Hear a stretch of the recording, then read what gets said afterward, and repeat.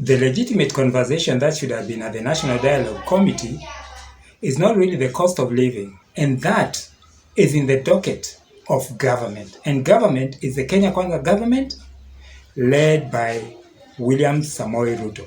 Actually, the legitimate issue that should be on the table is the issue of the IEBC. The entire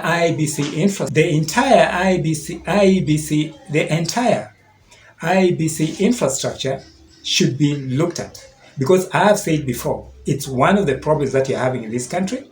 I've said before that there is something either with the registration or the commissioners or the entire work, the records, and we need to register voters afresh, get fresh mandate, get fresh institutions, and let everybody participate. That is a legitimate issue that should be discussed at the table, led by Kalonzo Musyoka and Kimani Ichung'wah of the National Dialogue Committee.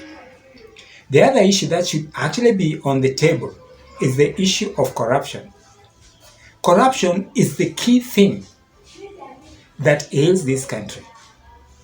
Corruption should have been discussed by the two corrupt parties, Azimio, led by Raila Amolo Odinga, and the other corruption network called Kenya Kwanza, led by William Samoei Ruto.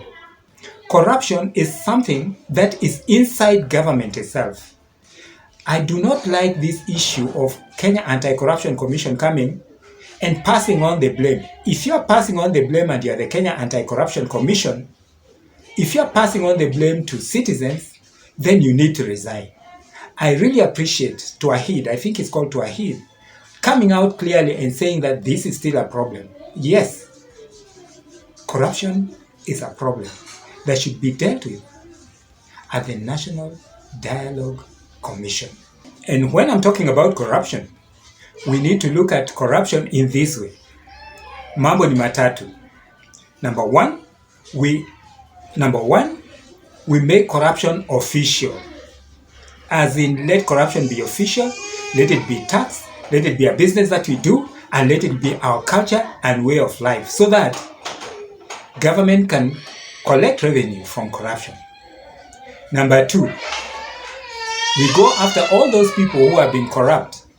I'm not talking about the current corruption guys, the current people who have stolen. I'm not talking about the guys who are actually in the process now of budgeting for corruption. I'm talking about the entire, since independence, we go after those people and the wealth that they have amassed and actually confiscate all those wealth and, make them pay for it. And this should be a compromise so that every person would go and declare their assets or declare what they've done and show cause why not. Because more often than not, these guys actually stole, or their father stole, or they are actually in the process of stealing government funds, mainly government funds. So there should be some kind of agreement between government and the corrupt guys and institutions to kind of balance the wealth, especially those who cannot account for their wealth. That's another way. The third one is to forgive everybody. Up till today, if you stole, you did what, you sold drugs, you did whatever, declare your wealth. And now, from there on, then the country can move on. So that now we have strict laws, strict police force, strict everything, so that we can now move on, knowing very well that this is what you've stolen, and from now on, as Kenyans, there is no more stealing. And this requires the Azimio Corruption Network and the Kenya Kwanza Corruption Network, led by Raila Amolo Odinga on one hand and William Samoei Ruto on the other hand. That is one of the three ways of Mambo ni Matatu kwa corruption. You see, it's gotten to a point where even government has stolen from people. I wish, Ruto and Kenya Kwanza government would look into issues. Lands office, the police, they are collecting bribes every day. Raila knows it, he sees it. Ruto knows it, he knows it, he sees it. Rigathi Gachagua sees it. Uhuru Muigai Kenyatta sees it every day in the streets.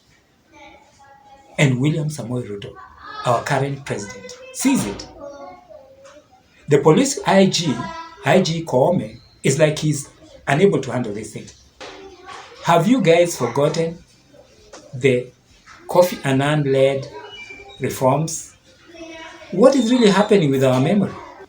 Anybody telling me that the problems that we have in this country today is poverty, disease, and lack of education, anybody telling me that is not being honest with the truth. Some people think they are billionaires, but they are thieves. They stole. Niwezi.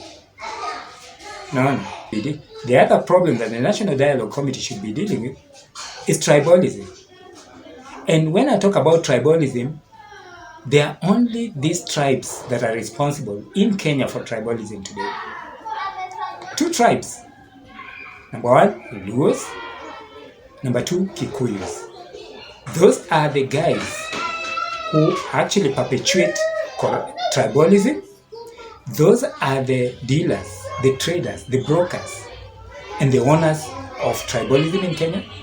If those 2 tribes agree to sort out their differences, and I really appreciate Uhuru Muigai Kenyatta and Raila Amolo Odinga when they tried it in the BBI. If those tribes do actually agree, tribalism would be a thing of the past. And that is why in my earlier video, I had talked about tribalism and Rigathi Gachagua.